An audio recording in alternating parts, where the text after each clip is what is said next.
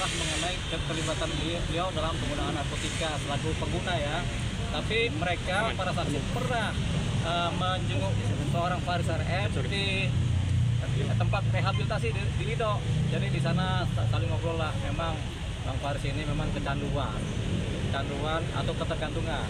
Kalau kecanduan itu biasanya ganja, candu kan. Kalau ketergantungan itu biasanya sabu-sabu, tergantung gitu kan.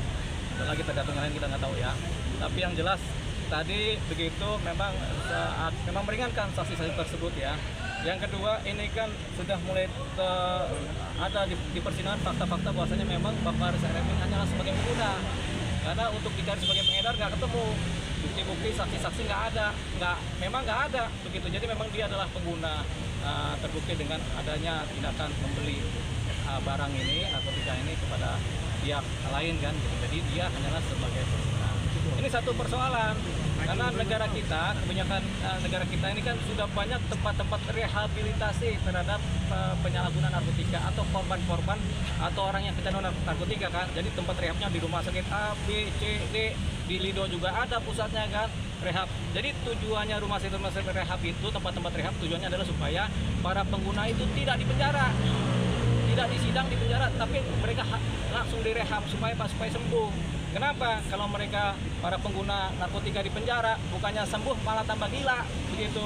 Jadi memang harapannya dibikinlah tempat-tempat rehab ini supaya ada tempat pemulihan dari ketergantungan narkotika, pemulihan dari ketergantungan kecanduan. Jadi itulah fungsinya. Makanya kebijakan negara siapapun yang menggunakan narkotika sebagai pengguna itu sekarang dianggap sebagai korban, dan ketika pun tertangkap sebagai pengguna seharusnya langsung direhab, bukan disidang. Nah persoalannya ini kan seorang Faris RM disidang sebagai pengedar, makanya terjadilah persidangan. Padahal sebenarnya kalau lebih teliti dia hanya menggunakan, terbukti di persidangan dia hanya menggunakan. Makanya ini adalah satu aktivitas hukum yang agak berlebihan terhadap diri seorang Faris RM. Kenapa? Karena dia bukan pengedar tapi disidang sebagai pengedar. Padahal setelah terbukti di fakta persidangan dia hanyalah sebagai pengguna.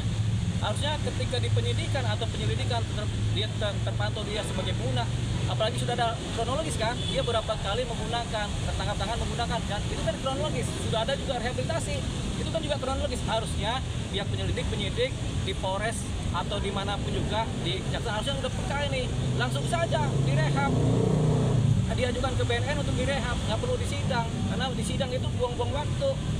Begitu, buang-buang tenaga, buang-buang pikiran, pengacara juga suruh kerja, kan begitu. Jadi ini kita harapannya terhadap pengguna narkotika hanya kasus inilah yang terakhir yang disidang.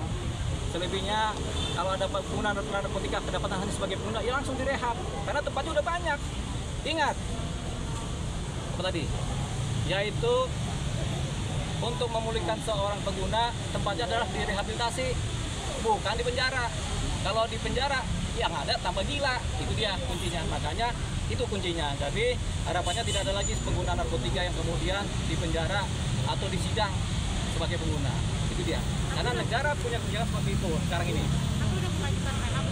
Nah, kita akhirnya akan mengajukan rehab dengan cara melalui pembelaan. Dalam pledoi kita nanti kita akan mengajukan permohonan rehabilitasi terhadap seorang Faris RM. Kenapa? Karena dia hanya sebagai pengguna. Rehab ini nggak sekali rehab langsung sembuh loh. Masih ada 10-15% tingkat kecanduannya di kepala. Ya ini juga harus direhab lagi. Mungkin 2-3 kali rehab ini seorang Faris RM karena sudah lama kecanduan kan. Gitu. Kita juga kalau kecanduan juga rehabnya bisa 10 kali kalau kita mah. Ya. Oke. Oke. Oke Bang, thank you Bang. Cukup.